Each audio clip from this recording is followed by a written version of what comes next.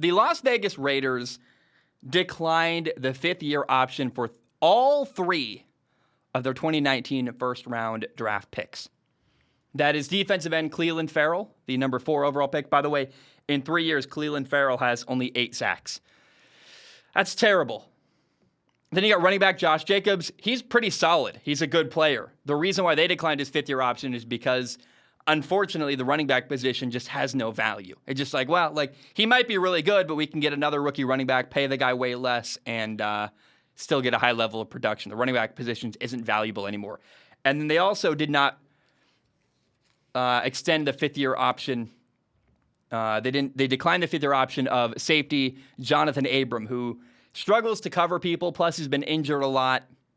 It makes sense. But what we got to talk about here is that not only now are all three of their 2019 first-round picks not under contract after this year, but also both of their 2020 first-round picks, Henry Ruggs and Damon Arnett, are off the team. So basically, when you do the math, the Raiders went 0 for 5 in 2 years drafting in the first round. They have none of their 5 first-round picks between 2019 and 2020 became a star player worth keeping after or giving a big long-term contract with. That's a problem. That's really bad. I like the direction the Raiders are headed. The Raiders made the playoffs last year. They got Devontae Adams. They got a quarterback and a coach I like, but man, they had 5 opportunities to draft in the first round between 2019 and 2020, and none of them really landed. It's a big, big problem. Now, in total, there are 10 players that I find interesting who did not get their fifth-year option picked up. And by the way, what that means, if anyone doesn't know what the fifth-year option is, it means that this fall is the final year of their contract. 2020 will be the final year these players are under contract. They could have been extended for a 5th year, but the teams decided not to do that. We already talked about the Raiders. The Raiders declined all of the 5th-year options for their 3 2019 first-round picks, Clelin Ferrell, Josh Jacobs, and Jonathan Abram. Now, then you have the Giants starting quarterback, Daniel Jones. It's a big deal that Daniel Jones' 5th-year option got declined. So Daniel Jones does not have a contract after this fall. And it's a huge year for him. New coach, new general manager, no contract. He's got to prove himself, and I am really, really interested to see how Daniel Jones does this year. Got a new coach, Brian Daboll, an offensive genius.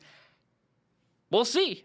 But I actually really like that the Giants are holding Daniel Jones accountable for the bad play he's had in recent years. He's got an opportunity. If he plays great this year, they'll give him a new contract. If he's not, then they can learn, hey, it's not thank goodness we didn't give him a 5th-year option.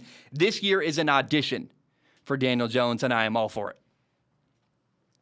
Then you have Steelers linebacker Devin Bush.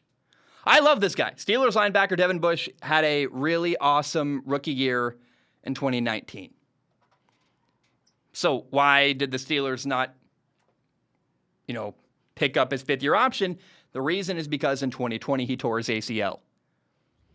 And most people believe he has not been the same player since that injury. He wasn't the same player last year. So he's got this year to prove to the Steelers and to prove to the league how good of a player he is and maybe earn another contract. But he does not have a contract after this year. Then you got oh man. You guys know I'm from the Northwest. I always go out of my way to hate on the Seattle Mariners because of the torment they gave me as a childhood baseball fan.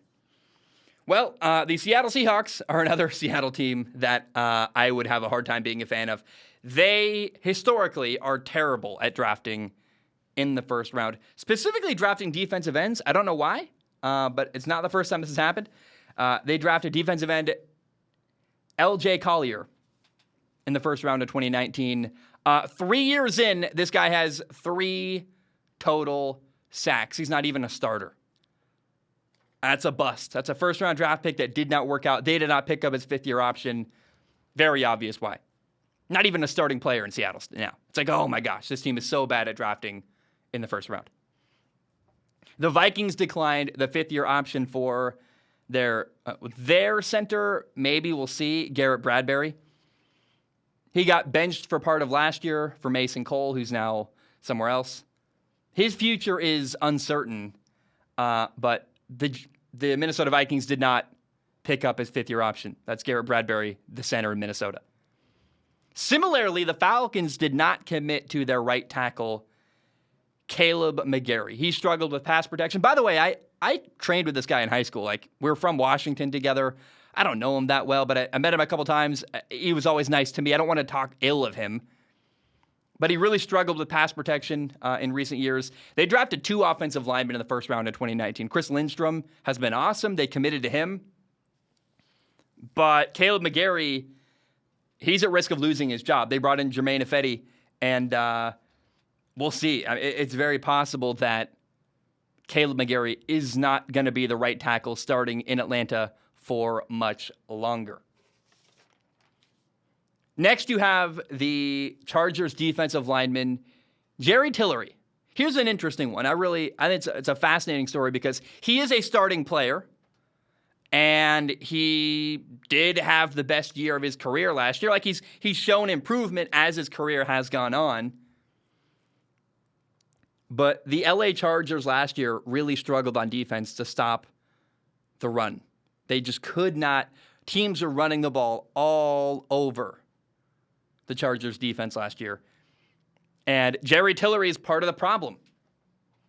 So 2020 is a huge year for him because not only does he not have a contract after this year, but it also, I think, unfortunately, I agree with the Chargers not extending his contract. Even though he's a starting player, they were going to have to owe him nearly $12 million in 2023. And his production level simply does not warrant being paid that much. You can't commit that much money to him to be a decent, but only really decent starting player.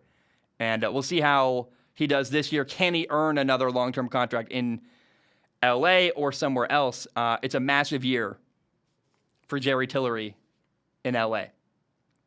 And then finally, you have a player that I have talked about a lot that, man, he's been disappointing in his career. It is Patriots receiver Nikhil Harry. The Patriots declined his fifth-year option. His career has been very disappointing. Think about this, by the way. I did a film analysis video a long time ago about Tom Brady. I'm very proud of it. It was explaining why, even after Tom Brady's final year in New England, he was still a good quarterback. The team around him wasn't very good. And one of the people I remember calling out in that video was rookie at the time receiver Nikhil Harry. And one of the more fun what-if questions to ask about the NFL recently is, what if Nikhil Harry had been a really good, incredible receiver? Would Tom Brady have maybe stayed in New England? It's very possible he would have left anyway. He wanted a change of scenery, wanted to enjoy the game a little bit more, wanted more freedom to speak openly. But, man, I think if Nikhil Harry had been a star receiver, similar to what DK Metcalf was or what Terry McLaurin is in Washington, then it's very possible Tom Brady might have at least considered staying in New England, way more than he did. In 3 years, Nikhil Harry only has 57 catches for 598 yards, less than 600 yards receiving in 3 years in the NFL. That's less than 200 yards a year. And only 4 touchdown catches. That's a little over 1 touchdown catch per year here in the NFL. That's pretty bad. And the Patriots would have to pay him a little over $12.4 million in 2023 if they had picked up his fifth-year option. It absolutely makes sense why the Patriots did not extend his contract. His production level is nowhere near worth $12.4 million. And, I guess 2022 is a chance for Nikhil Harry to prove himself, but I am not hopeful. In fact, I'm very skeptical, and I believe he's a bust. I don't like saying that, but he, has not worked out in the NFL.